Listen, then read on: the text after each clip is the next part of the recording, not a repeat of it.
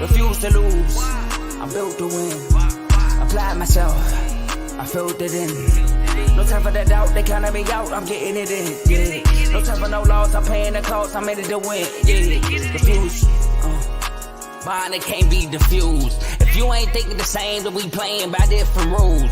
You can't see the vision, we living at different views. Until we complete the mission, keep getting up, never snooze. I walked the mile in my shoes, had the mind of a fool, chasing diamonds and jewels. Trust me, I was confused. Started minding my business and used my mind as a tool. Ended up finding my purpose and found the time to get to it. They told me I couldn't do it, they told me I couldn't make it. They sold it, could never break it. That's sadly mistaken. I need a piece of the pie, I want it so bad I can taste it. They told me like Toby, keep on running, toes they gon' take them. Refuse to lose, built to win. Apply myself, I filled it in. No time for the doubt, they counted me out, I'm getting it in. Yeah. No time for no loss, I pay for the cost, I'm winning to win. Yeah. Refuse to lose, I'm built to win. Apply myself. Welcome back to CTC. I'm your gracious host, Carl, and I'm back for another episode. And boy, does it feel good to do a recap episode. Yes, it does. I hope y'all enjoyed a great day of college football. We had 3 exciting games. Really had 4, but you couldn't watch the Hawaii Dale State unless you want some things that I ain't on. You know what I'm saying? Y'all know what I'm saying without saying it. But we had 3 really great games. Had the Florida State Georgia Tech game in Dublin. We had Montana State come back, late game heroics against New Mexico. Thought the Bronco Mendenhall era would start with a W. It did not. And then we had SMU on the road, surprisingly, at least to me, and a tight one against Nevada. But before we talk about 2 of those 3 games, we'll got to get into the shows and the other things of the network. So, my show, CTC, by the way, the Refuse to Lose Network. Please like, comment, share, subscribe.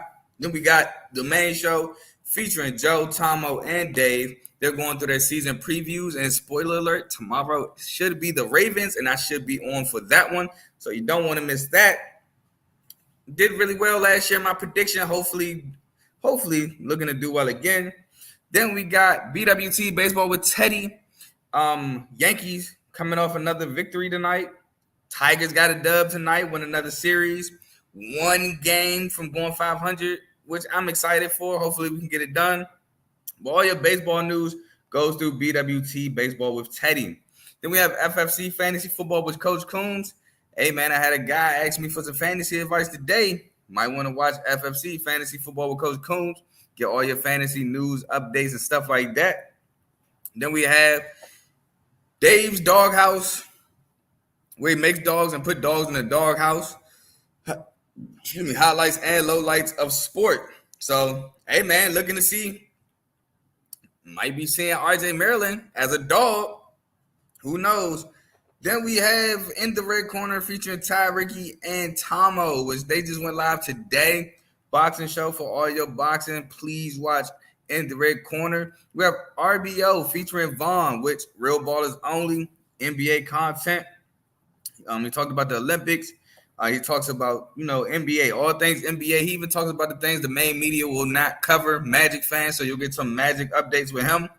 But, yeah, man, that's RBO. And last but certainly not least, we have Joe's Kings Talk, where he talks about the Sacramento Kings.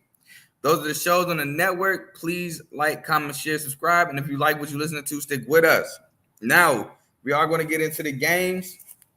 And first, we got the Florida State Georgia Tech game in Dublin. What a barn burner. Not too much punting going on. The game with very few possessions. It was just a really good game. Georgia Tech pulls off the quote unquote upset. Now, I did have Georgia Tech losing this game, but Georgia Tech losing to me is not, winning, is not an upset. I believe in my ACC preview, I picked Florida State to win, but I said if Georgia Tech does win, I'm not surprised. I know for a fact I was going with Georgia Tech plus the points. Knew that was way too many points. As I know, I'm not high on Florida State. I got Florida State going 6-6. So them losing to Georgia Tech wasn't a head scratcher. Wasn't surprising. I told y'all I'm not high on DJ Uiagalelei. I'm sorry, DJ. Probably a great person. I'm just not high on you as a quarterback. But let's get into it. Florida State started. First drive scores a 28-yard touchdown by Lawrence Tafili, 28-yard touchdown run. They were going to kick the field goal, but they saw something in Georgia Tech on the little setup, ran swinging gate, and got the 2-point conversion. Georgia Tech then responds with a touchdown drive of their own, a Zach Pyron 1-yard touchdown run. That was basically set up by a 42-yard Malik Rutherford catch and run. It wasn't 42 yards down the field where he just caught a bomb. Caught like a little, I think it was like a little screen, took it down the sideline, 42 yards. I thought he was gone. Then Florida State gets the ball next possession, and they have a turnover on downs, 4th and 4. Georgia Tech sends the crib. Amari Harvey makes a great tackle on Lawrence Philly. Only a 2-yard catch, turnover on downs, but it leads to a 3-and-out punt. Then Florida State kicks a 52-yard field goal after the 3-and-out punt. Then Georgia Tech will score their own touchdown, going to 14-11, a 1-yard Jamal Haynes touchdown run, set up by a 16-yard Chad Alexander run. Then we had a Florida State 59-yard field goal before the half to tie the ball game. Georgia Tech would come out the second half, and they would miss a 51-yard field goal.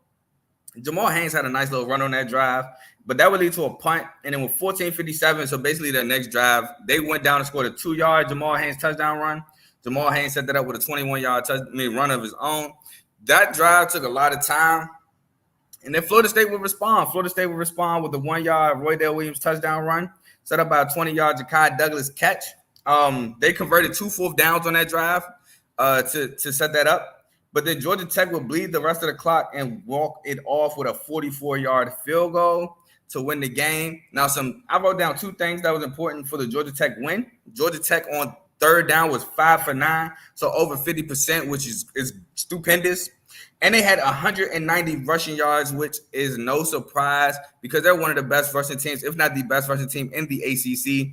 Now, the only surprise was how much they were bullying Florida State up front. Just straight up manhandled that front four, which comes in really talented, talented with Marvin Jones and Patrick Payton. But Georgia Tech just dominated up front, and that allowed them to get rushing lanes, have 190 yards, like I said, and man, Haynes King really didn't have to do much to get the win. Now, Haynes King did make a couple good plays. Like it was one, I think, second down where he was using his legs, playmaking ability, found Malik. I think that was Malik Rutherford in the flat, about to get sacked, found him in the flat, made a beautiful throw, got a first down. Again, made another play, and I think again he hit Malik Rutherford. No, I think the one he hit in the flat was Eric Singleton. I think the one he hit across the middle on third down was Malik Rutherford. But he made some plays, but I also got to talk about this. On that drive to take the lead 21-14 with 2 minutes and change left, Haynes King lost the ball on a read option, and thankfully Florida State defenders smacked the ball. That was about to be one of them timely turnovers I tell y'all about with Haynes King. He almost had one. They jumped on it. And then late in the game with under 2 minutes left on second down, Haynes King bobbles the snap, and he has to run back and catch it with under 2 minutes right when they're in field goal range. Almost another untimely turnover for Haynes King, but fortunate dodged both bullets and won the game. Now for DJ Uiagalelei, I will say this. Although I'm not high on DJ Uiagalelei, what I will say is when the rubber needed to meet the road, they needed to respond to Georgia Tech in the fourth quarter after Georgia Tech goes up 7. DJ Uiagalelei, like I said, converts 2 fourth downs, and they go on to score a touchdown. So while DJ Uiagalelei was inaccurate throwing the ball down the field in the game earlier and throughout the game, when the rubber again needs to meet the road, he did lead a touchdown drive. The defense, however, allowed Georgia Tech to kill the rest of the clock, and DJ Uiagalelei never had another chance to either tie or win the game. So I can't 100% put it on him. I know people on Twitter was clowning him, and some of it is rightfully so, missing deep balls, not even giving receivers chances, missing out routes, not even close. But again, when he needed a drive, he got them a drive. But great win for Georgia Tech. Again, I'm not high on Florida State, so not shocked by the loss. I do expect I don't expect Georgia Tech to get ranked, and I do expect Florida State not this week, but probably next week or whatever. It depends on where they play. I can't remember off the top. But I don't expect Florida State to be remaining ranked for long. But that was a beautiful way to start the Saturday. And yes, I did rewatch it. I know if you watched my previews, how you watch it? I rewatched it this morning. Really good game. But we're going to move on to another good game. That was SMU, Nevada. SMU wins 29-24 in Reno. The game, man, throughout the game, this looks scary. Nevada came to play. New coach Jeff Choate, he had them boys ready. He followed somewhat of what I said in my preview. I thought I mentioned clock control and stuff like that. I didn't, but that's what they basically did. They said, hey, we're going to keep this offense off the field. That's what I did mention. I said, you have to contain this high-powered offense. They said, we're going to contain them by keeping them off the field, and they won clock control tremendously. I'll get into that later. But SMU narrowly escapes Nevada or late game heroics by R.J. Maryland, 29-24. We'll get into the game and then talk about it. So Nevada starts with a 3-and-out punt. And I'm like, yeah, SMU defense, yeah, they back, same defense. But then Preston Stone would throw an interception to Chad Brown, and these DBs came to play today or yesterday. They came to play. They was playing lockdown man defense. They were sticking to receivers. They were making plays. Him and Ken Crawford, I think his name is. Chad Brown and Crawford made plays. But the pick only led to a punt. Then with 2:25 left on 4th down, SMU lines up the punt. The punter botches the snap. The ball goes flying back, and Nevada takes over in goal-to-goal territory, and then score on 3rd and goal. A 5-yard touchdown pass to Jace Henry. They go up 7-zip. They strike first. After that, SMU comes right back down, but Preston Stone is benched. Well, I don't want to say benched, but they came into the game saying they were going to use 2 quarterbacks. So in comes Kevin Jennings. He leads a touchdown drive, a 1-yard touchdown run by L.J. Johnson. That was set up by an 18-yard Jalen Knight in reception. On 3rd and 17, caught the ball in the flats and was just able to get the first down. After that, Nevada would score a 36-yard field goal. SMU would do nothing. Nevada would then on 4th and 3 have a turnover on downs of Sean Dollars' 1-yard run. And that would lead to a SMU 52-yard field goal. Nevada would then score a 10-yard Cortez Branham touchdown catch. That was set up by a 48-yard Cortez Branham catch. Now, I believe on that drive, there was 2 4th downs punts by Nevada. One, I can't remember what the flag was. I can't remember if it was illegal formation or something, but they was about to repunt it, punt the ball again. It was another flag, but then an SMU guy, I don't know if he spat on the player, was just spitting, and the player was near, but gets called for a sportsmanlike conduct, spitting on the player, and gets ejected. And that, I believe that's what led to that touchdown to go up 17-10. But that would be the last score before the half. SMU would start the second half with a 43-yard field goal.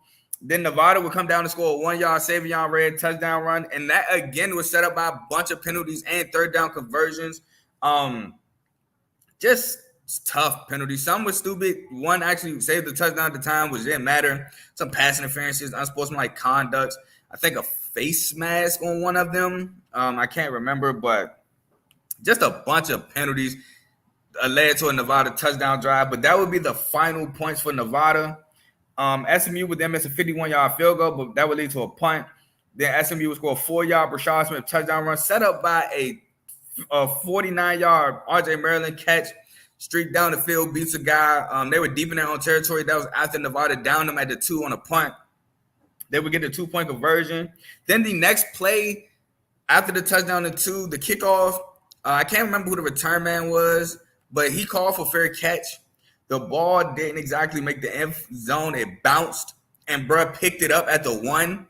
So the ball was downed at the 1. Now you might be thinking, Carl, he called fair catch. It's the kickoff. He's going to the 25. He didn't catch it. It was bobbled. So he had to let it bounce in the end zone to get to the 25. He did not.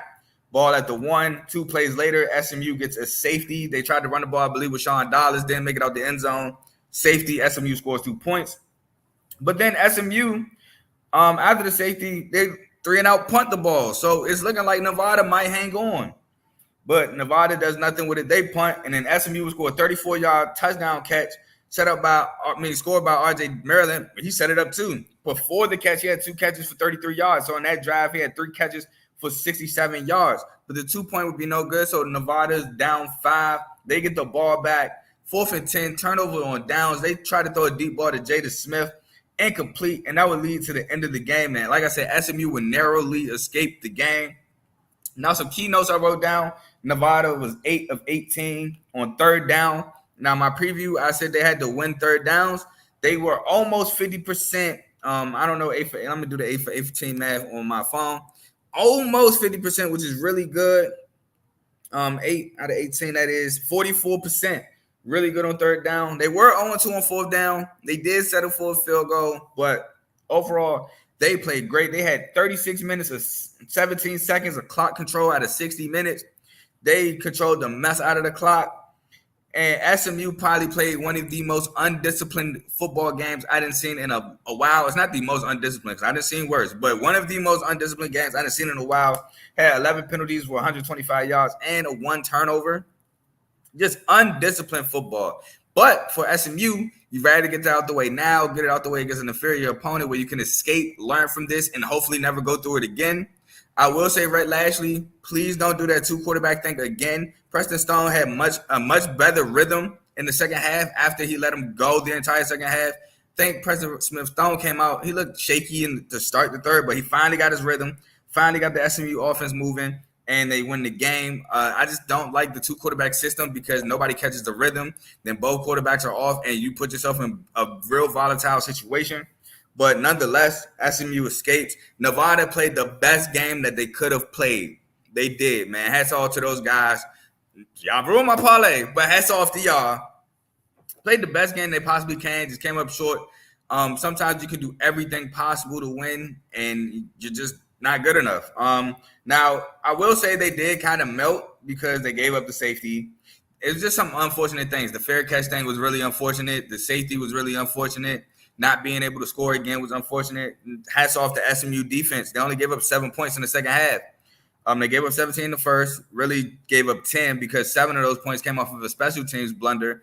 But second half, buckled down, gave up 7 points. Now, that 7 points they gave up was atrocious because of all the penalties and everything.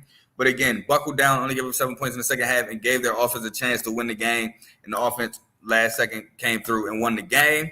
But that's it for the games I got for y'all today.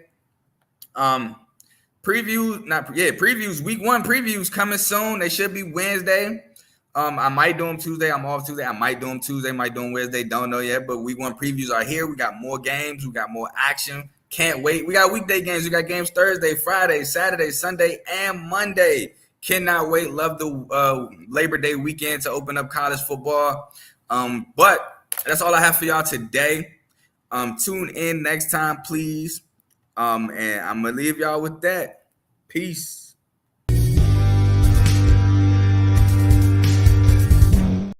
Oh, my bad. Before we outro, I did forget to talk about this. I normally do major performances, but I only preview 2 games. So I don't have a major performance because not about the major performance on that. But I will shout out RJ Maryland. RJ Maryland had a heck of a game. That's why he's the thumbnail. RJ Maryland had 8 catches for 162 yards and a touchdown. So shout out RJ Maryland. I forgot I had to do that real quick. Let y'all know because y'all might have some people, watch the show might be looking forward to major performances. They come back next week. But shout out RJ Maryland. Great game. And shout out Montana State on that great comeback. I thought I was about to be, man, when I seen that, I was like, man, I'm about to be 0-2 for predictions to start the day because I had to do my bonus coverage. Thanks, Joe. But I finished 3-1, so I'm cool with that. Shout out Montana State, got an amazing comeback, scored a touchdown with 10 seconds left. They executed that last drive perfectly, bled the clock, scored, didn't give New Mexico a chance to come back. So shout out to that. But now I leave y'all with that. Peace.